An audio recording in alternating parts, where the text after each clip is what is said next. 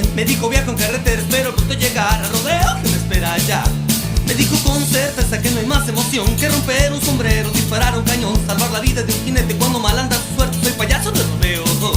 Les digo ven, ven, ven animalito, ven, ven y sígueme, verás lo que vas a aprender. No ves que soy muy guapo, artístico, muy listo, muy gracioso, soy payaso de rodeo.